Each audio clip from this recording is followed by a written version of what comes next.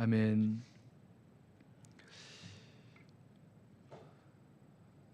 계속해서 이 바벨론 그리고 또 페르시아 바사 왕국이죠.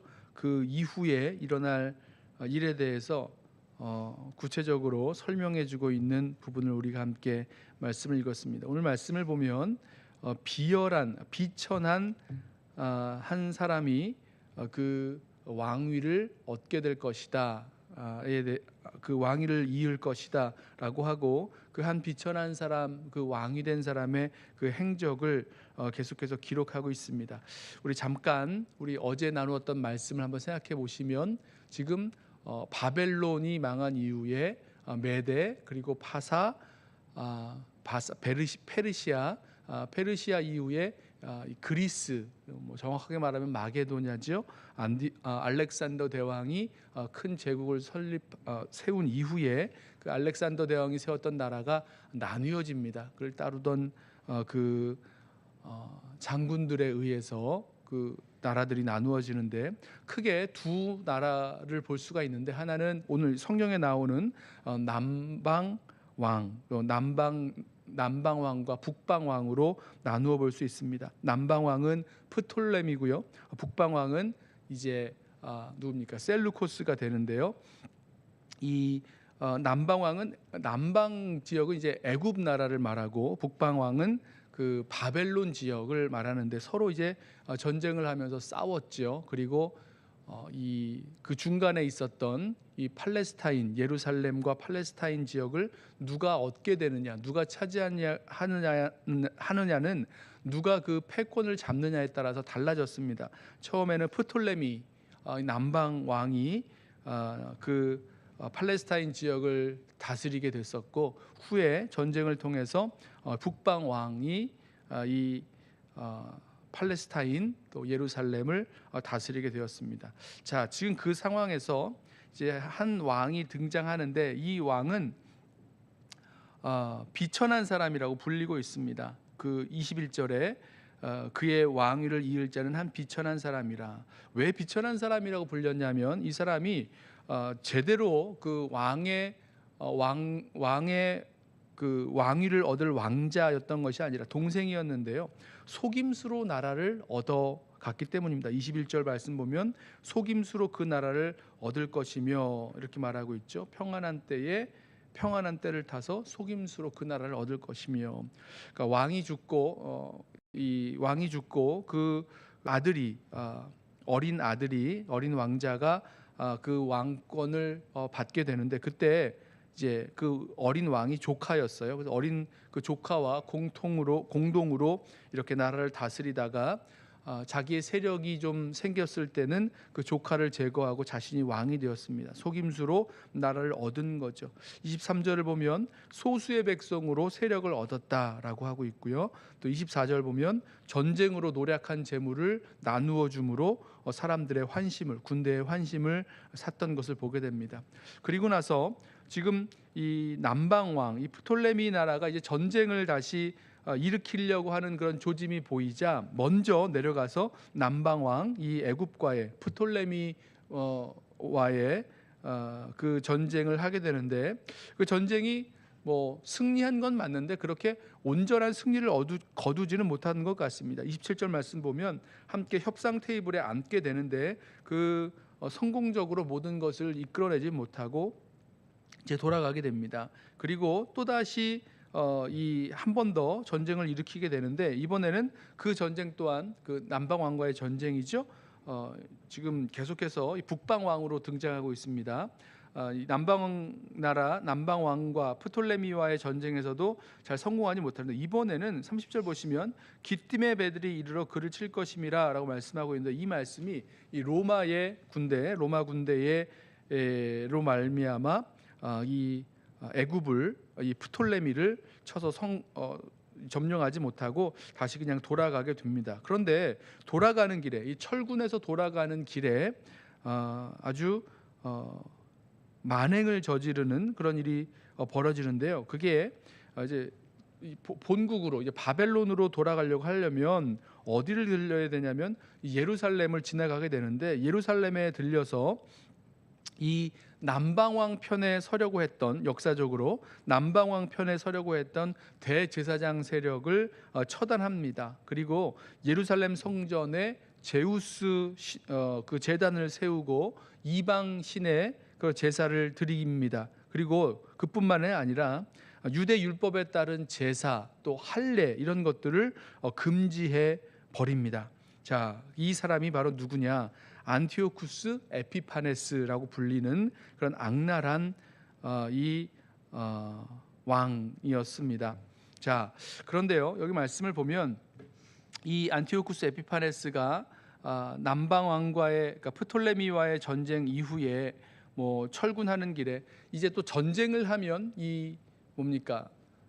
재정적으로 많이 악화가 되잖아요. 그래서 전비를 많이 사용했으니까 또 이 예루살렘에서 또 필요한 모든 그런 뭐 보물들, 이런 것들도 또 가지고 가고 약탈해 가고, 또 이방신의 제사를 예루살렘 성전에서 드리고, 그렇게 할 수 없는 거죠. 뭐 돼지를 잡아 뭐 제사를 드리고 뭐 이런 것을 합니다. 그러니까 유대인들이 정말 싫어하는 것, 어쩌면 그렇게 골라서 했는지 모르겠어요. 그리고 유대 율법에 따른 모든 제사, 하나님 앞에 드렸던 매일 드리던 상번제 같은 이런 모든 제사를 다 금지하고 할례 또한 받지 못하게 합니다. 그리고 모든 이 유대인들을, 모든 이스라엘 사람들을 이 헬라화하려는 그런 목적을 가지고 그 정책을 펼쳐 나아갑니다. 원래 이 사람이요, 이 로마 나라에 오랫동안 이렇게 볼모로 잡혀 있는 동안에 이 그리스 이 헬라 문화에 이렇게 큰 감명을 받고 이 헬라 문화를 이렇게 강력하게 지지했던 그런 사람이 되었다고 합니다. 아무튼 이 유다 나라에는요, 이 안티오쿠스 에피파네스를 통해서 아주 치욕적이고 또 하나님 기뻐하시지 않는 그런 일들이 벌어지게 됐다는 거죠. 이방인의 제사를 드렸고, 성전에서 돼지를 잡아서 또 이방인의 제사를 드리게 됐고, 모든 하나님을 향한 제사와 할례가 금지하게 되었습니다. 그런데 이 말씀을 보면 그렇게 이 하나님을 섬기며 나아가는 자들을 핍박하고 또 못되게 굴었던 이 안티오쿠스 에피파네스의 이 만행 가운데에서, 만행을 31절에 이렇게 설명하고 있죠. 군대는 그의 편에 서서 성소 곧 견고한 곳을 더럽히며 매일 드리는 제사를 폐하며 멸망하게 하는 가증한 것을 세울 것이며 라고 말씀하고 있습니다. 그런데 이어지는 말씀을 보면요, 그 가운데에도 정말 하나님을 섬기며 하나님을 따라 나아가는 그 삶을 변치 아니하였던 그런 믿음의 사람들의 모습이 나오는데요. 그게 바로 32절 말씀입니다. 여기서 그는 그 북방왕 안티오쿠스 에피파네스죠. 그가 또 언약을 배반하고 악행하는 자를 속임수로 타락시킬 것이나. 그러니까 유대인들 가운데에서 아무리 이 하나님을 떠난다고 해도, 언약을 배반한다고 해도 성전에다가 제우스 신상을 세우고 제단을 세우고 이방인의 제사를 드리는 일까지 할 수가 있겠습니까? 돼지를 잡아서 제사를 드리는 일까지 할 수가 있겠습니까? 못하죠. 그런데 거기에도 참여하도록 이렇게 속임수를 쓴다는 겁니다. 하지만 그렇게 이 모든 탄압과 또 회유와 속임과 이런 모든 일들 속에서 굳건하게 믿음을 지키고 서 있는 사람들을 이야기하는데요. 뭐라고 말씀합니까? 32절 후반부입니다. 오직 자기의 하나님을 아는 백성은 강하여 용맹을 떨치리라. 오직 자기의 하나님을 아는 백성은 강하여 용맹을 떨치리라. 누가 이 안티오쿠스 에피파네스라는 이런 왕의 탄압과 핍박과 회유, 때로는 속임, 이 모든 것들을 견디고 버티고 믿음을 지키며 나갈 것인가 라고 했을 때, 바로 오직 자기의 하나님을 아는 백성은 강하여 용맹을 떨치리라 라고 말씀하고 있습니다. 자기 하나님을 아는 백성. 자, 저는 이 말씀을 묵상하면서 이 갑자기 등장하게 된 이 말씀이요, 자기 하나님을 아는 백성은 강하여 용맹을 떨치리라. 지금까지 계속해서 이 나라와 나라가 바뀌고 또 왕과 왕들이 바뀌고 남방왕과 북방왕이 서로 싸우면서 있었던 수많은 그런 고통 속에서 또 핍박 속에서 이 하나님의 백성들이 얼마나 고통을 당하였을까 짐작만 할 수 있을 텐데요. 여기 32절 말씀을 보면 그 가운데에서 누가 이 핍박과 또 회유와 속임수 가운데에서도 믿음을 지키며 나아갈 수 있었는가? 하나님을 아는 백성이 강하여 용맹을 떨친다라고 말씀하는 이 말씀이 제 마음 가운데 들어오게 됐습니다. 여러분, 하나님을 아는 백성이 강하여 용맹을 떨치라고 했는데 대체 그 하나님을 강하여 용맹을 떨치고 있는 이 하나님의 백성은 어떤 하나님을 알고 있었을까? 저는요, 다른 하나님이 아니라 바로 이 다니엘서에서 계속해서 말씀하고 있는 그 하나님을 지금 알고 있었다라는 생각을 하게 됐습니다. 우리 다니엘서 말씀을 나누면서 계속해서 반복적으로 보는 메시지가 있었죠. 역사를 주관하시고 다스리시는 하나님, 이 세상에 아주 강하고 능력 있는 왕들과 또 나라들과 제국들이 모든 세상을 다스리는 것 같지만 실제로는 하나님께서 다스리시고 통치하신다라는 것, 그리고 이 모든 나라에는 또 왕들에는 아무리 강력해 보이는 나라와 왕들이라고 할지라도 그 끝이 다가온다라는 그 사실을 알고 있었기 때문에 그 어떠한 상황에서도 이 핍박과 회유와 속임수가 있었던 그 상황에서도 자신의 마음을 잃지 않고 끝까지 하나님을 섬기며 하나님의 그 뜻을 따라 살아갈 수 있었다는 거죠. 우리 다 보지 않았지만 11장 마지막 절에 보면요, 이 누굽니까? 이 비열한 왕, 이 비천한 사람이 이 왕이 되었을 때 그 비열한 왕의 결말이 나오는데요. 45절에 나오는데 그가 장막 궁전을 바다와 영화롭고 거룩한 산 사이에 세울 것이나 그의 종말이 이르리니 도와줄 자가 없으리라. 자, 이스라엘 백성을, 이 유다 백성을 정말 고통스럽게 하고 하나님을 섬기는 일을 하지 못하게 하면서 핍박하고 또 괴롭혔던, 그리고 죽였던 이 안티오쿠스 에피파네스도 결국에는요 다 망하고 또 그의 종말이 이르게 되는 것을 보게 됩니다. 아는 거죠. 이것을 아는 겁니다. 하나님이 다스리신다. 그리고 지금 세력을 잡고 있고 또 이 패권을 잡고 있는 나라나 그 왕들도 언젠가 그 끝이 다가온다라는 것을 알고 있었습니다. 그러기에 하나님을 아는 백성은 강하여 용맹을 떨치며 싸울 수 있는 거죠. 또 버티며 견디며 그 시대를 살아갈 수 있는 것입니다. 그 밑에 보면요, 이런 말씀이 나옵니다. 34절에 그들이 몰락할 때에 도움을 조금 얻을 것이나, 보세요, 34절, 많은 사람들이 속임수로 그들과 결합할 것이며. 속임수로 결합한다. 여러 사람, 많은 사람들이 그 길을 따라갑니다. 세력을 잡고 있고 또 이 정권을 잡고 있는 이 세상의 그 나라 또 왕들의 정책과 또 그 뜻에 따라서 그냥 그렇게 합쳐져서 결합해서 살아가게 되는 현상이 나타납니다.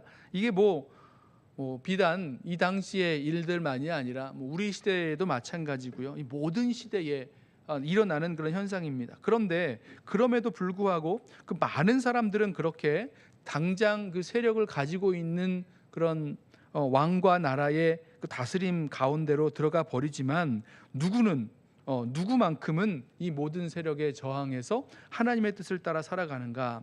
자기의 하나님을 아는 백성은 강하여 용맹을 떨치리라고 말씀하고 있습니다. 자, 그리고 나서 생각을 해보니까요, 저는 다윗이 생각이 났는데요. 여러분 어떠세요?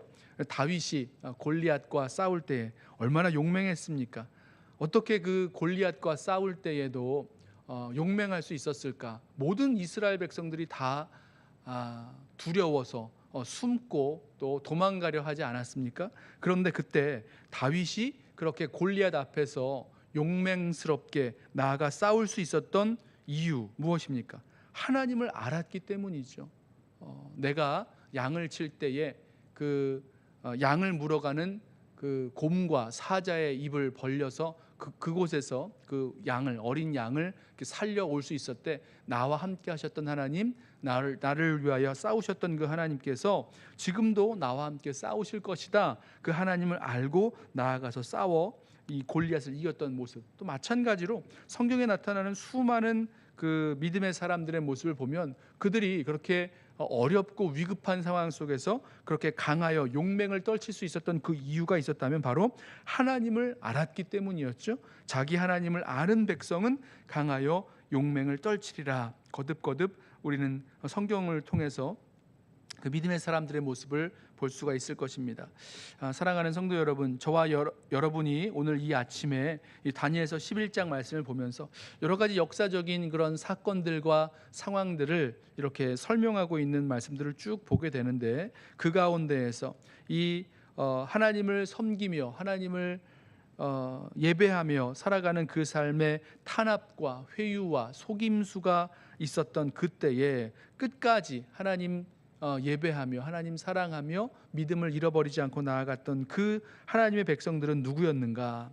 하나님을 아는 백성, 오직 자기 하나님을 아는 백성은 강하여 용맹을 떨치리라 라고 말씀하셨던 이 말씀 우리 기억하면서 우리 그 무엇보다도 우리 주님을 더욱더 깊이 알고 또 주님 사랑하며 또 주님과 함께 믿음의 여정 나아갈 수 있는 저와 여러분 되시기를 예수님의 이름으로 부탁하며 축원합니다. 기도하겠습니다. 사랑과 은혜가 풍성하신 우리 주님 감사합니다. 오직 자기의 하나님을 아는 백성은 강하여 용맹을 떨치리라 말씀하시는 이 말씀의 역사가 이 2000여 년 전 2400년 전에 2300년 전에 있었던 그 시대에만이 아니라 오늘도 자기 하나님을 아는 백성은 강하여 그 용맹을 떨치게 될 것을 이 시간 다시 한번 믿음으로 고백합니다. 주님, 이 세상에 힘있고 능력 있는 그런 정권을 또 권세자들을 아는 것보다 우리 주님을 더욱더 알게 하시고 주님 사랑하게 하시고 또 주님의 다스리심을 온전히 우리 심령 가운데 받아 순종하며 나아갈 수 있는 진정으로 하나님을 아는 백성들 되게 하여 주옵소서.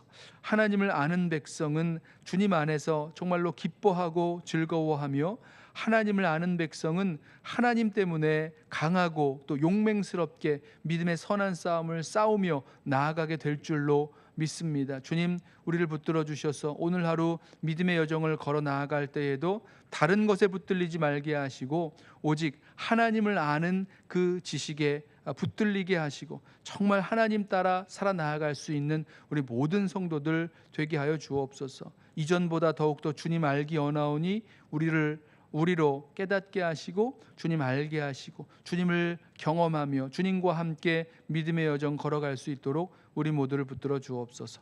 감사하오며 예수님의 이름으로 기도드리옵나이다. 아멘. 이 시간에